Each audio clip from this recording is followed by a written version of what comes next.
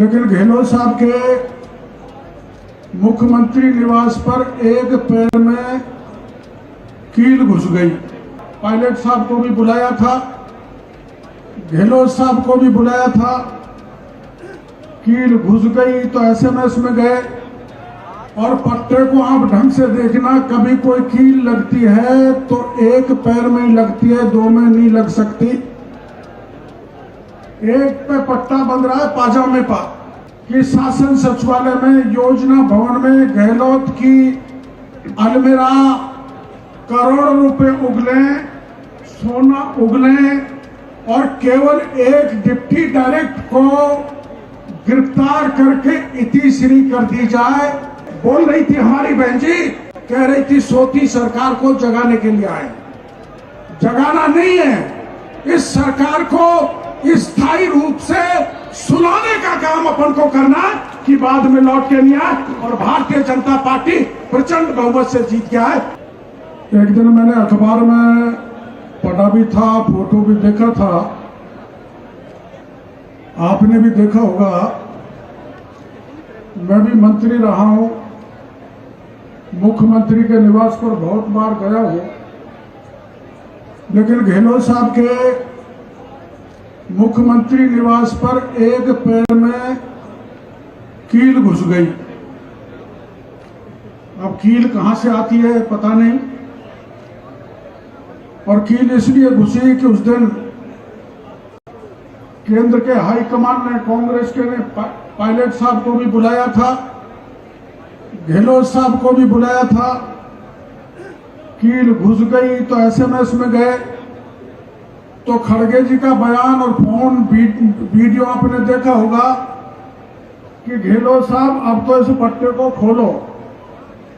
लेकिन अभी आप देखते होंगे गहलोत साहब के दूसरे पैर में भी पट्टा बंध गया। और पट्टे को आप ढंग से देखना, कभी कोई कील लगती है तो एक पैर में ही लगती है, दो में नहीं लग सकती। एक पे पट्टा बंध रहा है पाजामे पर, पाजामे के ऊपर पट्टा कभी नहीं बनता। लेकिन ये कीर्तिमान स्थापित करने का काम अशोक गहलोत ने किया। अब आप राजस्थान के सारे कार्यकर्ता आज इसलिए आए हैं कि नहीं सहेगा राजस्थान। कैसे सहे? देश में कहीं पर भी कभी भी ऐसा नहीं हुआ होगा कि शासन सचिवालय में, योजना भवन में गहलोत की अलमीरा करोड़ों रुपए उगले, सोना उगले और केवल एक डिप्टी डायरेक्टर को गिरफ्तार करके इतिश्री कर दी जाए। गहलोत साहब सुन लो, ये भारतीय जनता पार्टी आपको सहन बर्दाश्त करने वाली नहीं है। आईटी के मामले में 5,000 करोड़ का घोटाला गहलोत साहब की सरकार ने किया है, जिसमें गहलोत साहब खुद शामिल है। यहां जल शक्ति मंत्री बैठे हैं गजेंद्र जी, इन्होंने राजस्थान को केंद्र से 30,000 करोड़ रुपए दिया। 30,000 करोड़, 20,000 करोड़ के टेंडर में घोटाला हुआ। आपको जानकारी है कि वो टेंडर जब मामला उठा तो निरस्त करने पड़े, इसलिए कि उसमें घोटाला था। और 2 फर्म तो ऐसी थी जिनके पास अनुभव प्रमाण पत्र नहीं था और उनको 900 करोड़ का काम दे दिया। हमने मामला उठाया तो निरस्त करना पड़ा। और आपने अखबार में पढ़ा होगा, गहलोत साहब के नेताओं ने, अफसरों ने साठ-गांठ करके शासन सचिवालय से 200 करोड़ रुपए की घोटाले की फाइलों को गायब कर दिया।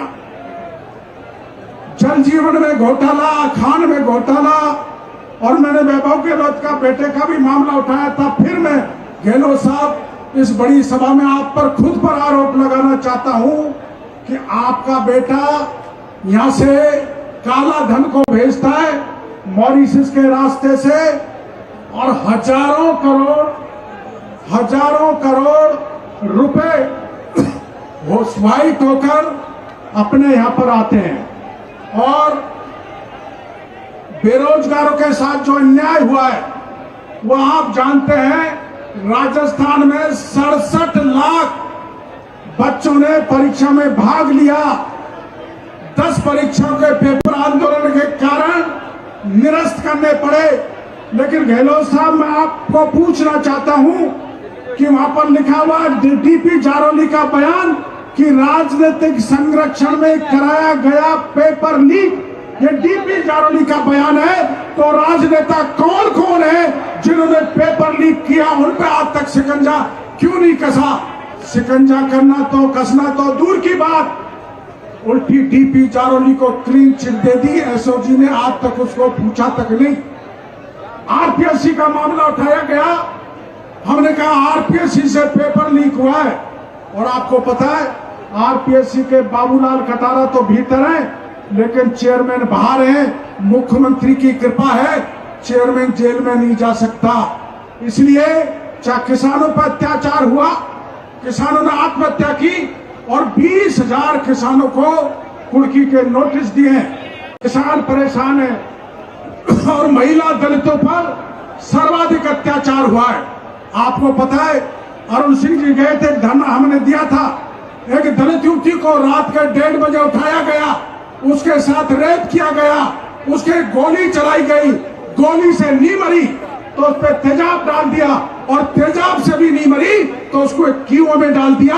गहलोत साहब, ये दलितों पर अत्याचार हो रहा है। आप मणिपुर की बात सुनाते, थाने गाजी में घटना हुई थी, पति पत्नी जा रहे थे, दोनों को पकड़ा, पति को भी नंगा किया, पत्नी को भी नग्न किया, और 6 लोगों ने पति के सामने पत्नी के साथ गैंग रेप किया। मणिपुर तो इस घटना के सामने कुछ भी नहीं है। इसलिए राजस्थान के कार्यकर्ता, प्रदेश भर से आई जनता को हम आह्वान करना चाहते हैं।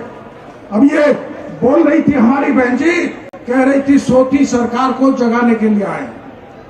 जगाना नहीं है, इस सरकार को स्थायी रूप से सुलाने का काम अपन को करना है कि बाद में लौट के नहीं आए। और भारतीय जनता पार्टी प्रचंड बहुमत से जीत गया है। इन्हीं शब्दों के साथ मैं आपका बहुत बहुत धन्यवाद देना चाहता हूं।